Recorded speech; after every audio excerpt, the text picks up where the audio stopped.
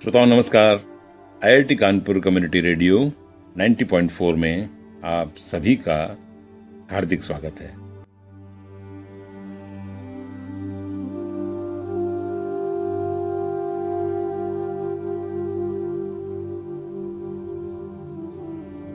मैं आपका भाई मदन गोपाल वैजापुरकर आप सभी का खूब खूब स्वागत करता हूं। प्रिय विद्यार्थियों, आज जो मैं आपको कहानी सुनाने जा रहा हूं उसका शीर्षक है सर्वश्रेष्ठ मनुष्य।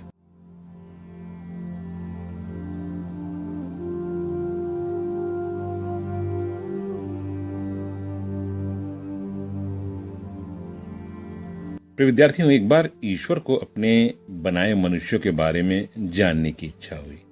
उन्होंने एक फरिश्ते को अपने पास बुलाया और पूछा, तुम तो बराबर पृथ्वी पर जाया करते हो, मेरे द्वारा बनाए मनुष्यों का क्या हाल है?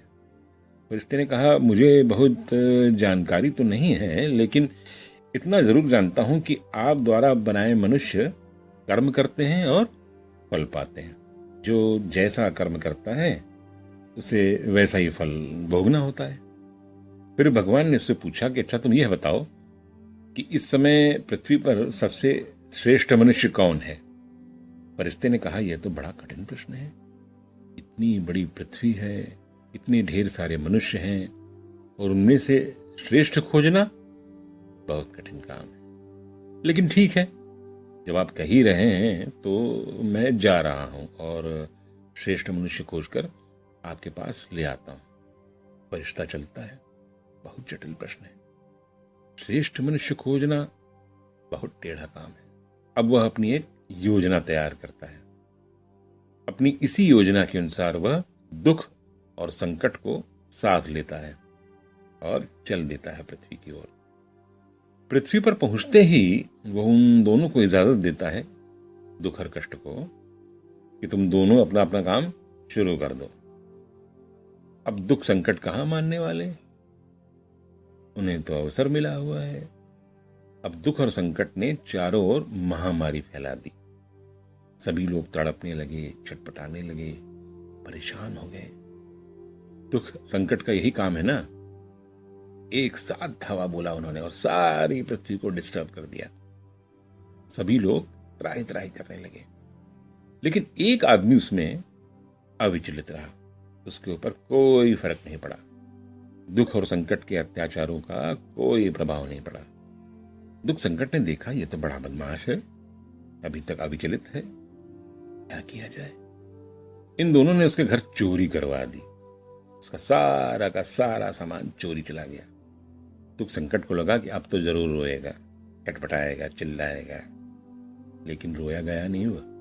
इसका भी उस पर कोई प्रभाव नहीं पड़ा। उसके बाद क्या हुआ? दुख संकट ने दूसरा दांव चलाया। उसके यहां चोरी करा दी। जो बचा कुछा था उसके पास, उसमें भी उन्होंने आग लगवा दी। तब जलकर राख हो गया। तब भी वह आदमी अविचलित रहा। दुख संकट ने सोचा, बड़ा बदमाश है यह आदमी, बहुत ढीठ है। चोरी हो गई, आग लग गई, सब कुछ समाप्त हो गया, लेकिन इस पर कोई असर नहीं। उन्होंने सोचा, ऐसा क्यों न करें, इसकी पत्नी को मार डाले। अब उसकी पत्नी भी मर गई, लेकिन इस पर भी वो रोया नहीं, इस पर भी वो परेशान नहीं हुआ। दुख संकट ने कहा, लगता है इसका दिमाग खराब है। अब जो भी काम धंधा बचा है इसके पास, आओ उसे चौपट कर दें। उस आदमी की रोजी रोटी का साधन भी चौपट हो गया। तो वह बेचारा सड़क पर आ गया। फिर भी अविचलित रहा, रोया गाया नहीं, सिर नहीं पीटा अपना। वह मेहनत मजदूरी करके अपना गुजारा करने लगा। दुख संकट ने देखा कि यह तो अब भी अविचलित है, इतने पर भी नहीं मान रहा है, मेहनत मजदूरी से कमा खा रहा है और खुश है, प्रसन्न है। दुख संकट ने कुछ ऐसा किया कि उसे काम मिलना ही बंद हो गया। अब उसे कोई काम ही नहीं देता था। वह सड़क पर आ गया बेचारा। कुछ उसके पास रहा नहीं। वह ऐसे ही फुटपाथ पर सोने लगा। एक दिन बीता, 2 दिन बीते, 4 दिन बीते, केवल पानी पीकर गुजारा करने लगा बेचारा।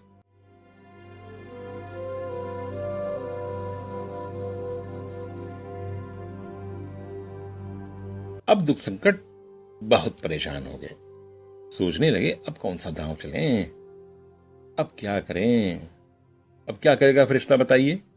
और फरिश्ते के साथ जो दुख और संकट है वो भी क्या कर सकते हैं उसका। जो आदमी फुटपाथ पर आ गया हो, पानी पीकर गुजारा कर रहा हो, उसका पानी भी बंद करा पाएंगे क्या? कभी नहीं। वह उनके बस की बात ही नहीं। पानी तो कहीं भी पी लेगा वो। तो दुख और संकट हार गए उस मनुष्य से। और तब फरिश्ता उसे लेकर भगवान के पास आया और कहा, देखिए मैंने बड़ी मेहनत की, मैं यहां से गया, मैंने योजना तैयार की, दुख और संकट को साथ लिया, सब कुछ किया जिससे पृथ्वी के लोग त्राही त्राही करने लगे। सभी परेशान हो गए, सभी दुखी हो गए, सभी लोग कष्ट में पड़ गए, लेकिन यह एक आदमी ऐसा है जिसने हमें कष्ट में डाल दिया। इसके साथ हमने क्या क्या नहीं किया। जितनी ही हमने कोशिश की उतना ही यह अविचलित रहा, उस पर कोई प्रभाव नहीं पड़ा। मेरी दृष्टि में यही सर्वश्रेष्ठ व्यक्ति है और इसे मैं आपके पास लाया। भगवान ने सारी बातें सुनी। अब बताने की जरूरत नहीं है कि जिसके सामने दुख और संकट दोनों ही हार गए हों वही विजयी होता है और ईश्वर उसे ही सर्वश्रेष्ठ व्यक्ति सिद्ध करते हैं। प्रिय विद्यार्थियों, क्या आपका व्यवहार उस व्यक्ति जैसा हो सकता है? आपके सामने थोड़ी सी भी मुसीबत आती है, थोड़ी सी भी कठिनाई आती है तो आंखों के सामने अंधेरा छाने लगता है, आंखों से जैसे कुछ दिखाई ही नहीं दे रहा है। थोड़ा सा पेपर टफ हुआ कि लगता है क्या लिखा है, कुछ पढ़ ही नहीं पा रहे हैं, सर ने कुछ गलत तो नहीं लिख दिया। जब भी कोई मुसीबत आए, जब भी कोई कठिनाई आए, घबराने से क्या फायदा, डरने से क्या फायदा, हाथ पैर पटकने से फायदा है क्या? मुसीबतें आती जाती रहती हैं, उनका तो यही काम ही है, यही तो सृष्टि का विधान है, यही रूटीन है, आना है जाना है। परिस्थितियां कभी एक जैसी नहीं रह सकती। अगर आप सोचे कि परिस्थितियां एक जैसी रह जाएंगी तो ऐसा हो ही नहीं सकता। मौसम भी कभी एक जैसा रहा है क्या? जरा सोचें, धूप न हो, बरसात न हो, जाड़ा न पड़े तो जीवन कैसा होगा? एकदम अजीब स्थिति हो जाएगी। और जब मौसम कभी एक जैसा नहीं होता है तो जीवन में परिस्थितियां एक जैसी कैसे हो सकती हैं? आप देखें, जहां उत्तरी ध्रुव है वहां हर समय क्या स्थिति रहती है? आप वाकिफ है ना, वहां का जनजीवन कितना मुश्किल है। कितने लोग रह पाते हैं वहां? सामान्य आदमी वहां रह ही नहीं सकता। तो परिस्थितियां ठीक ऐसी ही आती जाती रहती हैं। इनका यही काम है। दुख संकट जो भी हैं वे आते और जाते रहते हैं। लेकिन आपको क्या करना चाहिए? इस पर सोचिए, इस पर विचारिए। जो जैसा है उसे तो फेस करना ही है, कोई दूसरा क्यों फेस करने आएगा? और जब आप ही को फेस करना है, जब आप ही को उसे भोगना है, झेलना है, तो क्यों मन महसूस कर झेलें? क्यों ना नुकुर करके झेलें? आपने देखा उस व्यक्ति को, चाहे जितनी भी विषम परिस्थिति आई, अविचलित रहा। उसने किसी को कोसा नहीं, उसने भगवान को बद्दुआ नहीं दी, उसने भगवान को भला बुरा नहीं कहा, उसने कोई शिकायत भी नहीं की। उसने हमेशा अपने होठ बंद रखे। क्या आप ऐसा नहीं कर सकते? कठिनाई आए आप उसे चुपचाप बर्दाश्त कर लें। क्या ऐसा नहीं कर सकते आप? कठिनाइयां क्या हैं? परीक्षा की घड़ी है। जो परीक्षा आप देते रहते हैं वह पुस्तकीय परीक्षा है, पुस्तक से संबंधित ज्ञान की परीक्षा है। और यह विपत्तियां जो आती हैं वे व्यावहारिक जीवन की कठिनाइयां हैं। जो बर्दाश्त कर लेता है वही उस पर विजय प्राप्त करता है, और जो उन पर विजय प्राप्त करते हैं निश्चित रूप से वह दुनिया पर विजय प्राप्त कर सकते हैं। क्योंकि भगवान ने आपको इसीलिए बनाया है, और यह भगवान की बनाई सृष्टि है, और उसकी जो सृष्टि है उसमें उसने जो भी सिचुएशंस क्रिएट किए हैं, जो भी परिस्थितियां उत्पन्न की हैं, उन्हें अगर आप फेस कर लेते हैं तो निश्चित जो आपका लक्ष्य है उस श्रेणी में आ जाते हैं आप। वे इसीलिए बनी है कि आप उन्हें फेस करें। अगर आप ऐसा करते हैं तो निश्चित रूप से आप श्रेष्ठ व्यक्ति हैं। रोना गाना, मरने मारने पर उतारू हो जाना, छोटी छोटी बात पर तुनक जाना, छोटी छोटी बात पर डिस्टर्ब्ड हो जाना, इस तरह आप अपना नुकसान ही करेंगे।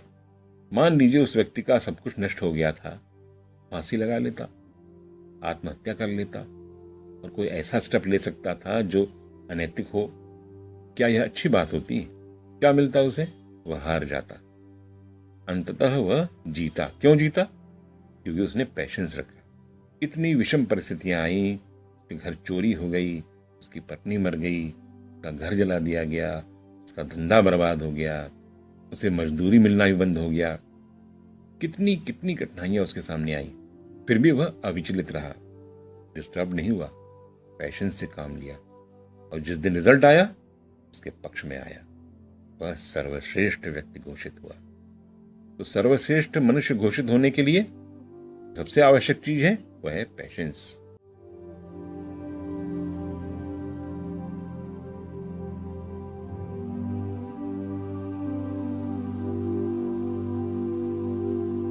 अगर आप पेशेंस रख सकते हैं, परिस्थितियों से जूझ सकते हैं, उन्हें झेल सकते हैं, अगर आप यह मानकर चल सकते हैं कि यह तो आनी जानी है, इन्हें तो रहना ही नहीं है, तो निश्चित रूप से वे आनी जानी ही है, उन्हें रहना ही नहीं है।